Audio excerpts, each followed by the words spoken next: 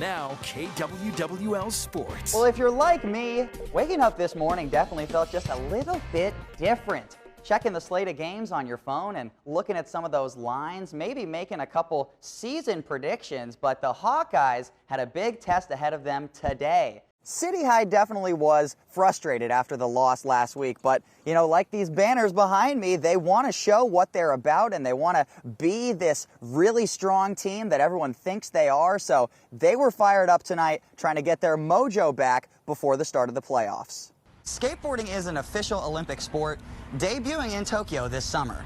A lot of athletes say this is a dream come true for them, and they hope it inspires people all across the globe to jump on a board.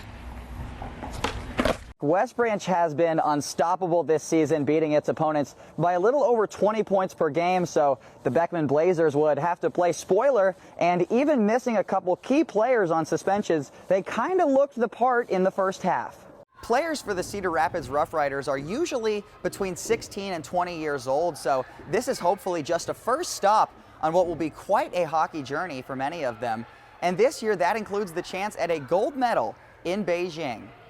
He was already just sick with a fever, and I had been checking on him and taking his temperature, you know, every 4 hours. Kula Kramer had a mother's worst nightmare on August 19th, not sure what was wrong with her son. We went and checked on him at 1, and I just knew that I could tell he wasn't with us really. Charlie was suffering from multi-system inflammatory syndrome in children, which has been an after effect for some kids with COVID-19. It took him some time to regain consciousness, but only 2 days later, he was walking. He realizes that it's going to take some work, and they're going to give him the right tools to just be able to move forward and get back to himself. CK on me, CK on 3! 1, 2, 3, CK! Charlie played football in middle school, and he would have been on the freshman team this year. Players and coaches have been keeping him on the field in spirit. Just be there for him, you know, talk about it, don't be shy about opening those feelings. Kula and her husband Steve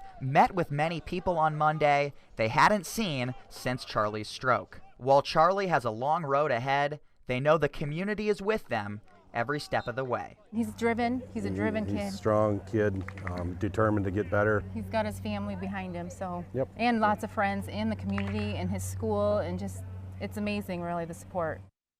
The donations came from 1,300 different people and 7 different countries. Probably very few of them were fans of the New York Yankees, but the fire department wanted this fundraising campaign to run just like the Bronx Bombers run their ball club. I looked at the Yankees bag that was sitting in our front room near the desk that I use, and I thought, you know what? That is a great reminder. Persistence and doing things right. Greg Morris is a 33-year vet of the Solon Volunteer Fire Department and an equipment manager for Iowa football. When the Hawks went to the Pinstripe Bowl in 2017, Morris was gifted a Yankees bag. The people that I met inside there, even though it was cold and it was not baseball season, they still treated you great. For the past 2.5 years, it's been his fundraising bag, full of pre-stamped letters for donations, a notepad, and info pamphlets. Over 1,300 people have contributed, and every one of those people have received a handwritten note from me. While the donations have come from all over the globe, he gets to see the hometown donations up close. Thank you very much. You're welcome.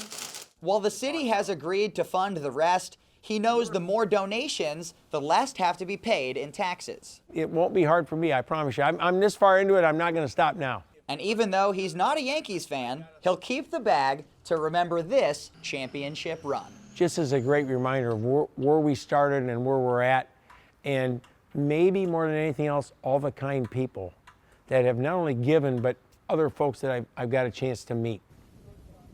You know, I'm not much of a trash talker, I'm more of a reminder.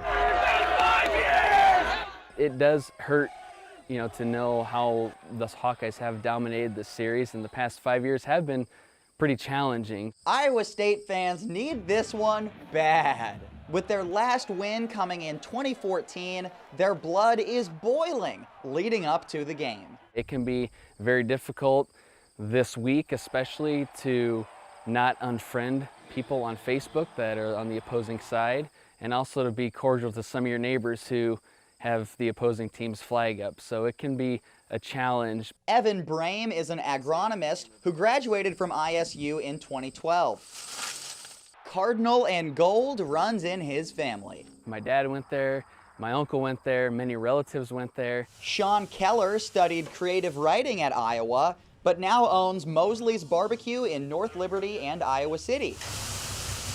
Both men respect each other's schools, and we'll leave it at that. Ames, I think of more of the hard sciences, for sure, ag, etc. But we definitely have a lot more fun in Iowa City. No matter who you root for, you can't question the passion. And now it's all up to the guys on the field. There's no doubt in my mind the Cyclones are going to win. Let's keep the Hawkeye State the Hawkeye State.